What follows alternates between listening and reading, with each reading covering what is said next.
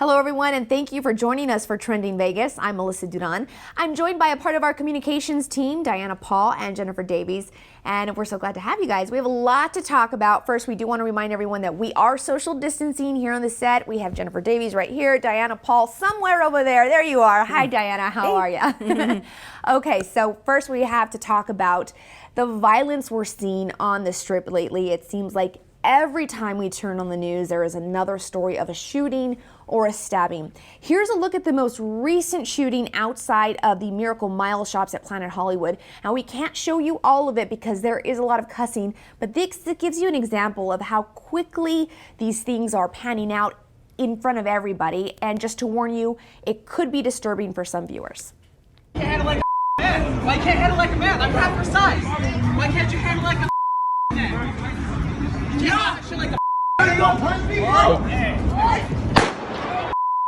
Now this is from John Spence. He's the one that took this video. It says, maybe the Strip is better off empty until we can get past the pandemic than full of the trash that's been pilgrimaging here since we reopened.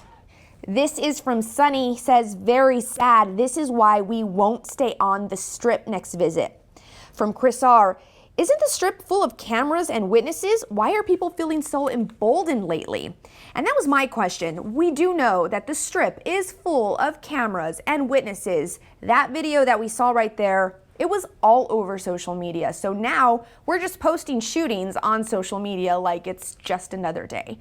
And my question is, I think what I'm coming out of this is, why are people feeling so emboldened? Jen, what are you seeing on social? I think it's been really crazy. People have pulled us into the conversation a lot because they want to know what's happening. I know Metro has released some statements about what they think is happening. I think they said recently that violent crime was up about 35% compared to this time last year. And I think as a local, it's confusing because there's always been a lot of people gathering on the Strip. So what is that difference maker? Is it a new crowd? Is it people, coming over from certain other areas that are bringing the violence here? But it's definitely concerning. As a local, we all worry about what that is going to do to the perception of people visiting Las Vegas. I had family members see that video and text me, and they haven't really noticed the other stuff that's been happening. So that one was definitely very, very well known, and I think it's going to be harder for Las Vegas to get in front of it and remind everyone that it's a safe destination. Absolutely. Diana, what are you seeing? Yeah, on social, we're seeing locals and people from out of state asking what's going on. And we've kind of talked about this on the show before in terms of jurisdictional boundaries of who to even contact. The city of Las Vegas does not oversee the Strip, but for those who live here and even those in other states, they don't know that. So they're tagging the city, they're asking the city, what are you doing about this? And unfortunately, there's not a lot we can do. Metro is again taking the lead and saying they're being more proactive, and then also Clark County is where the Strip is located, but people don't really know. So a lot of people with questions reaching out to us at the city, even if we can't really answer those questions. Just being pent up for months and months and months and not getting out and not being social, and then you have the mental, I don't know what you would call it, the mental, not illness because it's not necessarily an mental illness. hardship. The mental hardship, that's the word I'm looking for, of having to be locked in a situation or being at home. I feel like that might have something to do with this pent-up energy we're seeing out there. And for me, it's scary to know that that's going on the Strip. What do you think, Jen? Yeah, I agree. I think that the pandemic surely is playing a role in it, but it's also, visitation is down, so there's still less people gathering. And Metro has done an amazing job for decades at keeping the Strip safe. And so you wonder really what the secret sauce is there on what is leading to these incidents and how they're trying to wrap their arms around it. At the same time, if you look at the Review Journal and some other publications that have talked to people out on the Strip, everyone says, I feel completely safe. You see police officers wherever you go. We do know that Metro put some guys in there undercover to try to get ahead of this, try to find these guns on the streets and protect everyone.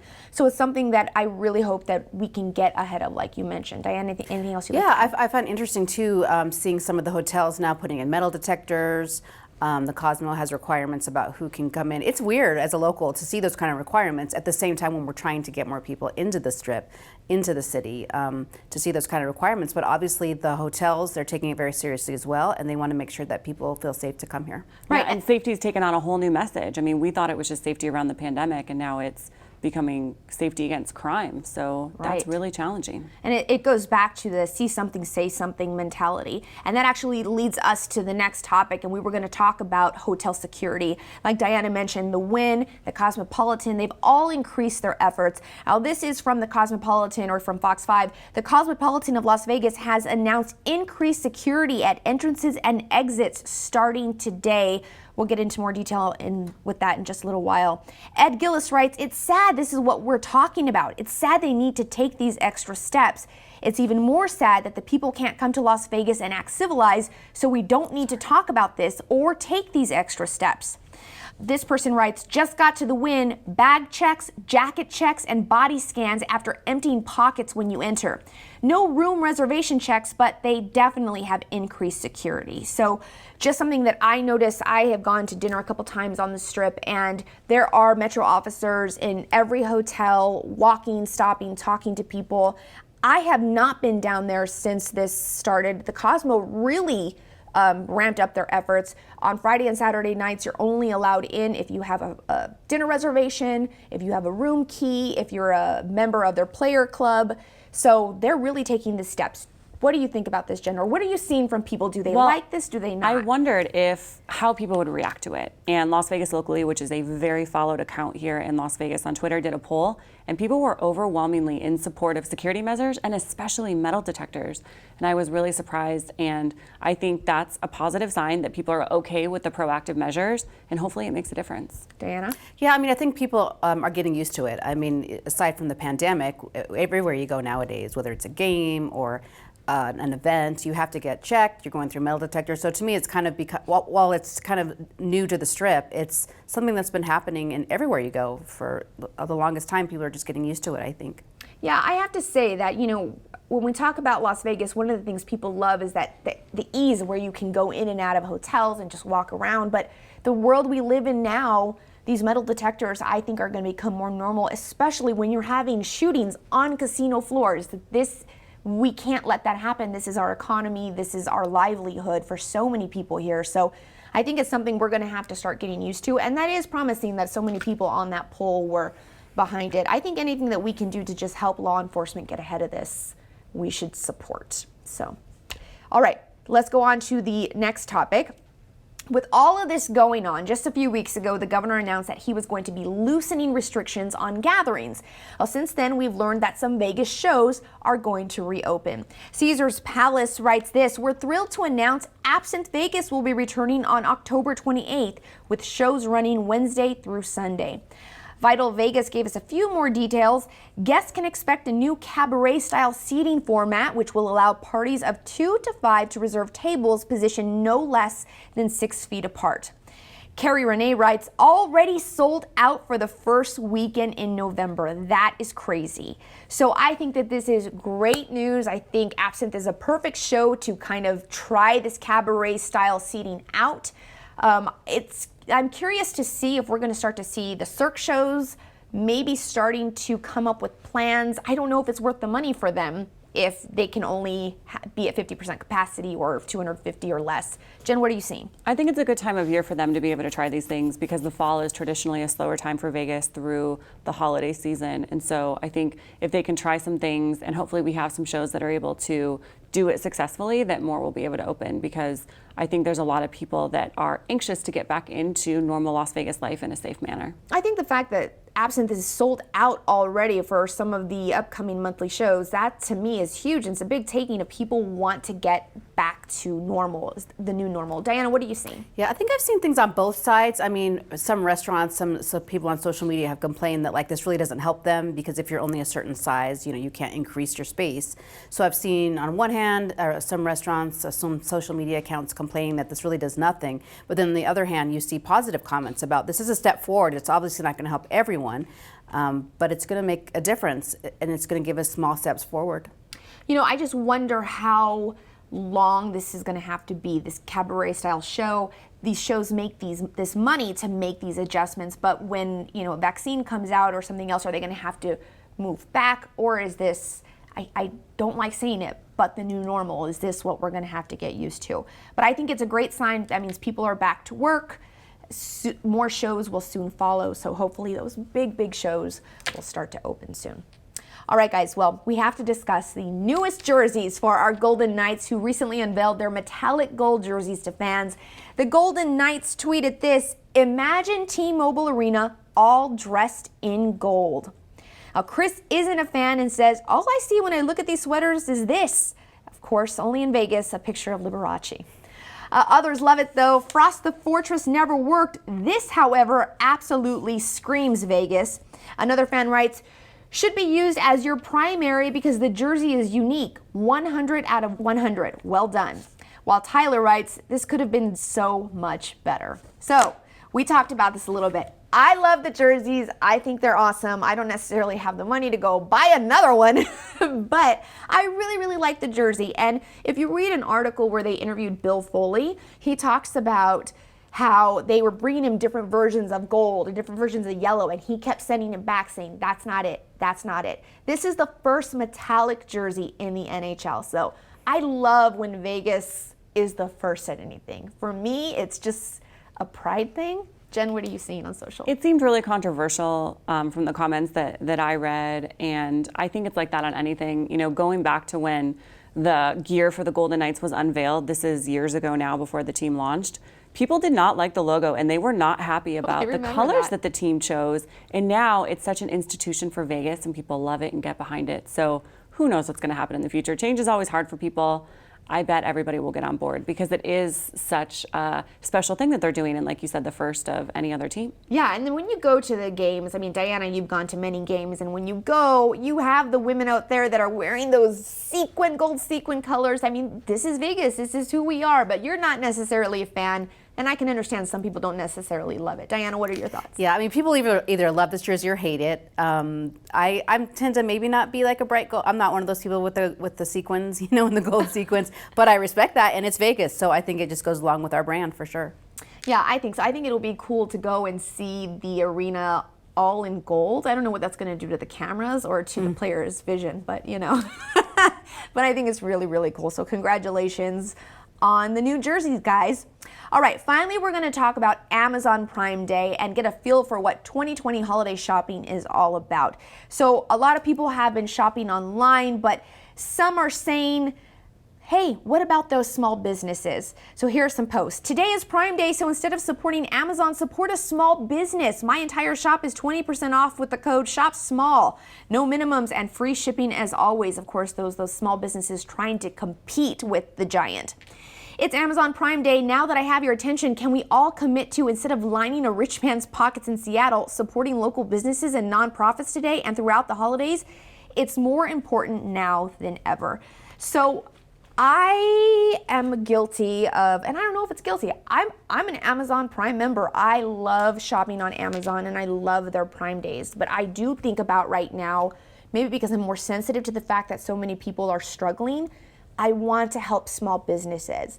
But what I'm finding in stores is that, maybe it's me, but the merchandise, it's not there. I can't find sizes, I can't find colors, and the only place I've been able for any luck is online. Jen, what are you seeing? Yeah, I kind of agree with that too. And I mean, even the deals that were happening today, I mean, I was looking on there for kind of my kids ahead of the holidays and some of the stuff that I've added to my list over the year, like in clothing, and the sales didn't seem that amazing for certain items. I think on some of the Amazon stuff, like the Amazon Dot and everything, I mean, the prices were really low. But on some of the other stuff, I don't know, like I guess we're just gonna have to wait and see, but it's a good reminder that if you do wanna support local businesses, to kind of start earlier than you normally would, to give you some good options, to make sure that you're not rushing last minute to get those gifts. That's a really good point. And I just wonder how this holiday season is going to affect these small businesses because of coronavirus.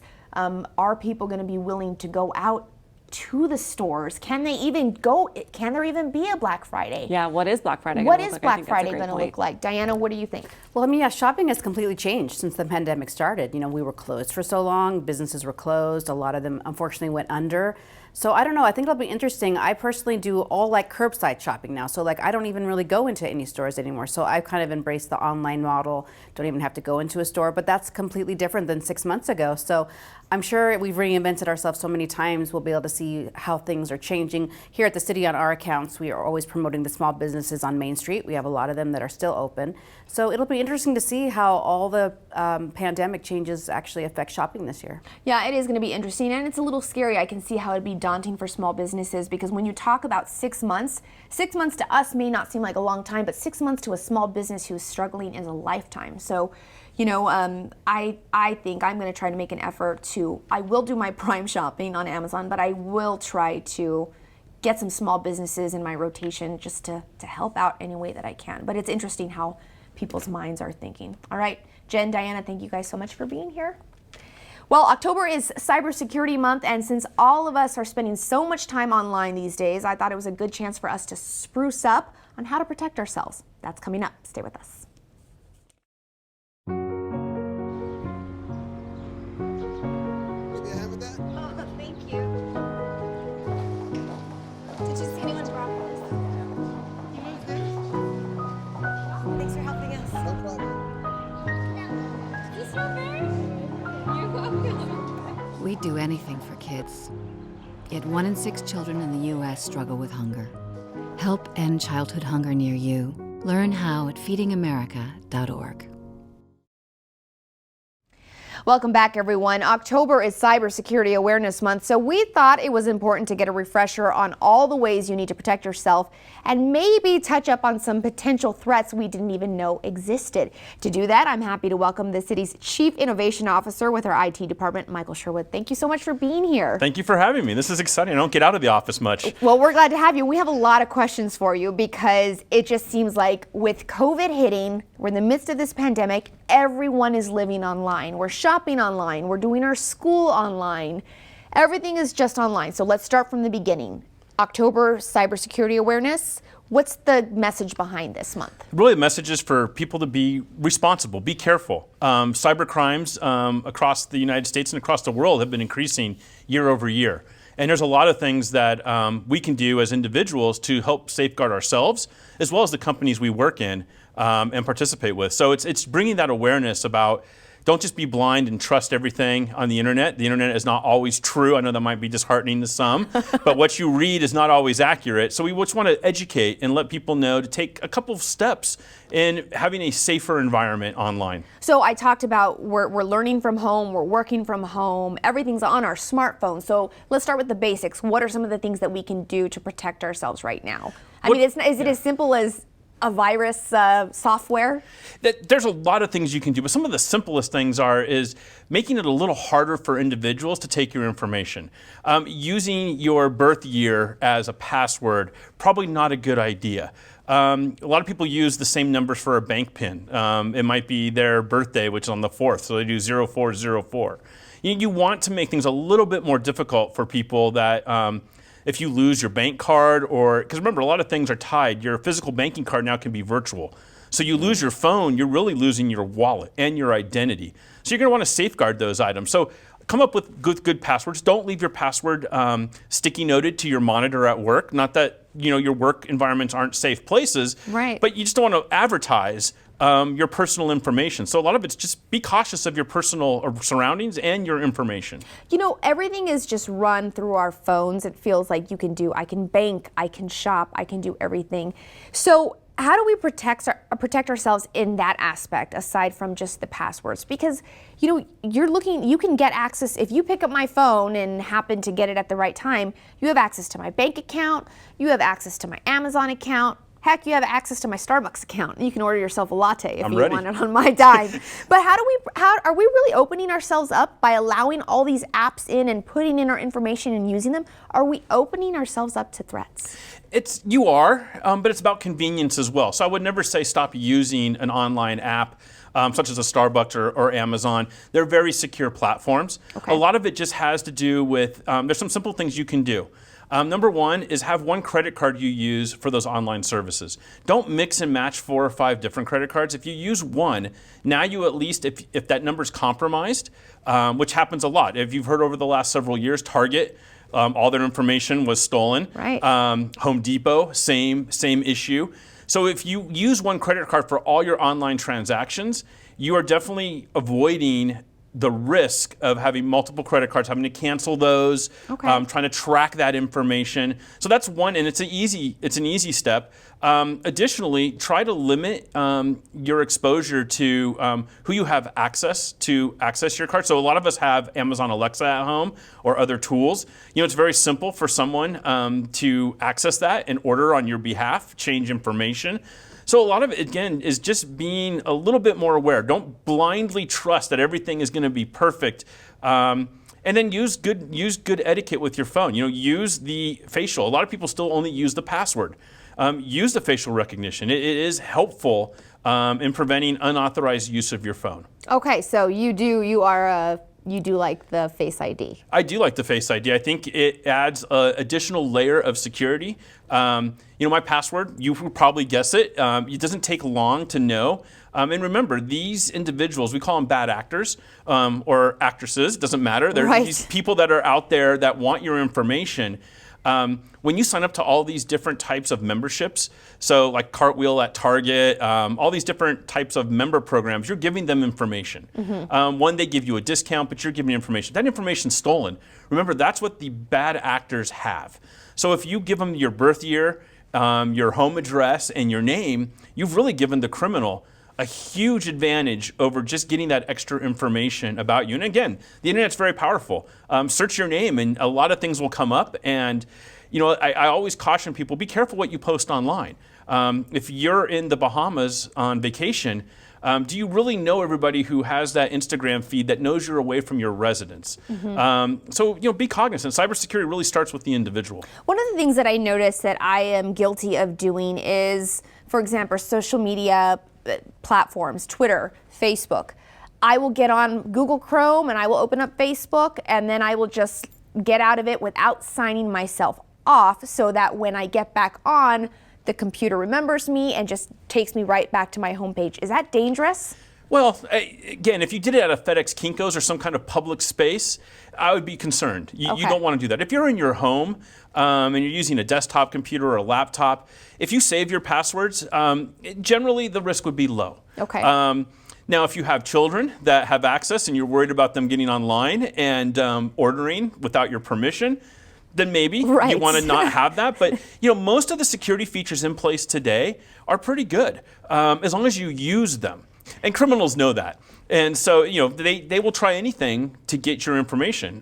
Once they have your information, they have what they want most of all, which is your money. Have you noticed with retailers, because online shopping is so prevalent right now, have they taken additional steps to protect the consumer? For example, I shop a lot I'm guilty of the Instagram ad shopper. So an Instagram ad pops up. It's typically a smaller business. I'm using the platform Shopify is what they're using to check out their customers. And Shopify was recently hacked, compromised. Compromise is the word we like to use. Compromised. It was compromised. Yes. And it made me fearful of ever doing this again because I have my credit card saved on that app. I have my address. They know almost everything about me. They like my likes, dislikes. So are you seeing these retailers taking additional steps knowing that people are opportunists out there and want to take advantage? Definitely. I mean, look, the retailers want you to be comfortable and secure with their platform. If they feel that they can't provide that security, you're less likely in the future not to use them. It's very expensive to get you as a customer. So Target, all the large retailers are going to generally take some precautions. Again, I think some of the things you can do is obviously using one credit card, not vastly a lot of different credit cards is one. Find one of these credit card monitoring companies. Credit Karma is what I use. I'm not endorsing any products, but there's several free ones like that alert you to new credit cards being opened under your name. So they're free services. Experian has one as well. There's several of them out there. But they help you keep an eye on your credit. So if one of these companies that you do trust is breached, and look, companies get breached. It will happen. The best of the best to the smaller ones. I try to recommend people stay with larger, well-established companies that have the ability to put the right cybersecurity in place and to monitor and protect you. It's in their best interest to protect you. The smaller companies, harder to do Right. because of the cost. So, but having a good credit monitoring service, only using one credit card and limiting the exposure. And again, don't use your bank card as your transaction card, because then if it's linked to your banking account, they're immediately draining your bank account. If you use a credit card, you're protected under federal and different laws that protect your exposure.